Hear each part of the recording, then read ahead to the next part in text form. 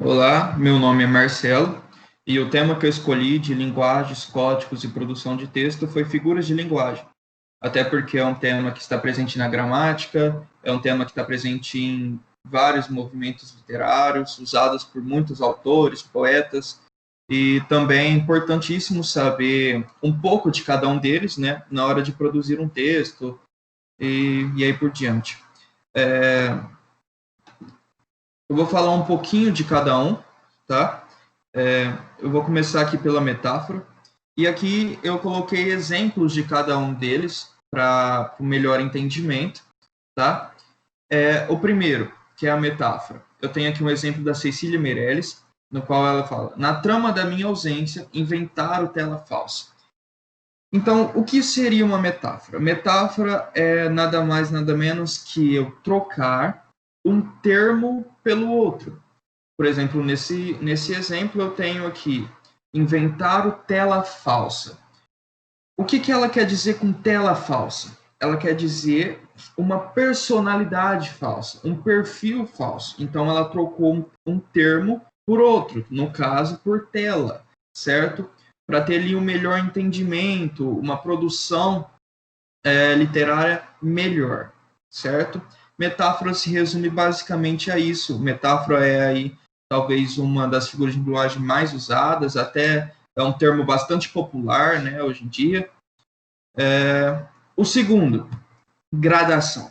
Gradação, aqui temos um exemplo do Padre Antônio de Vieira. O trigo nasceu, cresceu, espigou, amadureceu, colheu-se, mediu-se.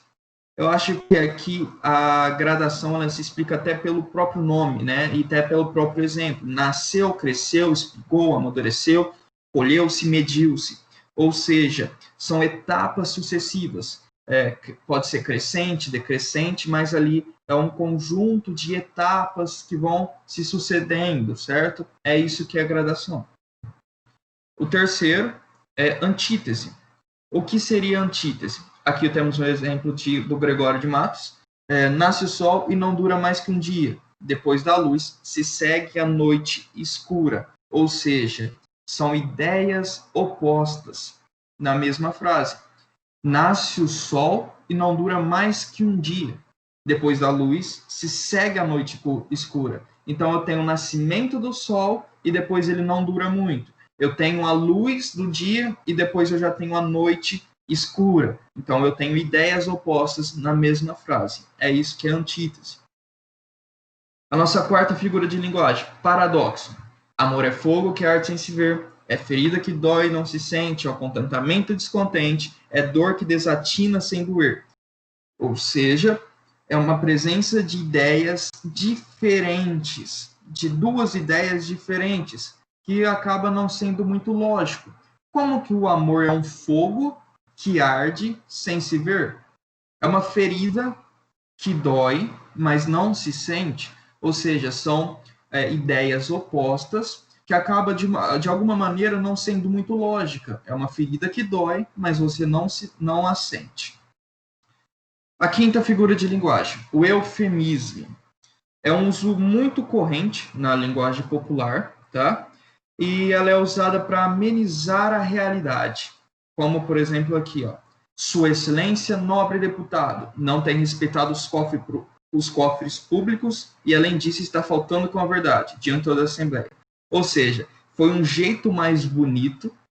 Aqui é uma fala de um deputado para outro. Então, foi um jeito mais bonito de chamar o outro deputado de mentiroso. Ou seja, ele está amenizando a realidade.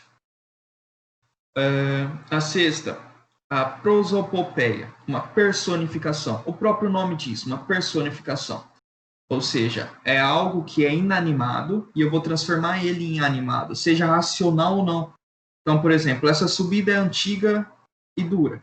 Já faz mais de 1000 anos que é ali. O morro chora com o choro dos que vão subindo, é subindo e chorando, subindo e chorando. Ou seja, ele fala que o morro chora. Então ele transforma algo que é inanimado em algo animado, algo ali que tem um sentimento, que tem um pensamento, que é racional. É isso que é uma personificação. O morro está chorando.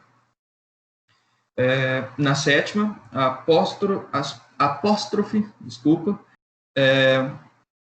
O nosso exemplo aqui é de Castro Alves. Basta, Senhor, de teu potente braço, role através dos astros e do espaço. Perdão para os crimes meus. Há 2000 anos é soluço um grito. E aí por diante. Depois, meu Deus, Senhor, meu Deus. Ou seja,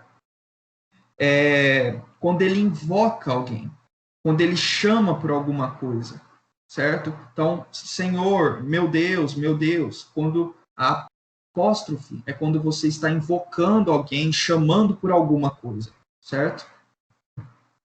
A oitava é a sinestesia. Sinestesia é uma troca de sensações provocadas por sentidos diferentes. Como isso? Por exemplo, aqui, a reunião seguia tão tensa que dava para sentir a aspereza dos sentimentos e dos pensamentos de todos à volta da mesa. Então, houve uma troca de sensações, de sentidos diferentes. Aqui, você está sentindo a aspereza dos sentimentos. É algo que não seria muito possível, né? Por isso é uma figura de linguagem. Então, você tem a troca dos sentidos, certo? Das sensações dos sentidos. Na 9, uma elipse. As autoridades compareceram ao evento de carro ou helicóptero. O povo a pé. Então, aqui eu tenho uma eliminação de um termo da frase, para melhor entendimento. Eu elimino um termo da frase e tenho, com isso eu consigo ter um entendimento maior. Então, as autoridades compareceram ao evento de carro ou helicóptero, o povo a pé. Aqui eu poderia colocar algumas conjunções a mais, certo? Mas aqui eu elimino essas conjunções para ter um entendimento melhor. Isso também se parece muito com a próxima figura de linguagem, que é o assínteto. O assínteto, ele também elimina uma coisa, ele elimina um termo, no caso, uma conjunção coordenativa, tá? Que aí exprime uma ideia de aproximação. Então, por exemplo, a criança acorda, chora, mama, ri, chora, dorme de novo. Então, eu elimino a conjunção coordenativa, geralmente a conjunção e, né, que faz essa ligação entre as palavras, para ter aí uma aproximação, entre essas palavras, ou seja, foram coisas que aconteceram rapidamente. Então a criança acordou, chorou, mamou, riu, chorou e dormiu de novo. Então eu tenho uma coisa acontecendo rapidamente. É por isso que eu elimino essa conjunção coordenativa. E essa figura de linguagem, ela é muito usada no modernismo, certo? E depois o polissínteto, que já é um pouco ao contrário do assínteto.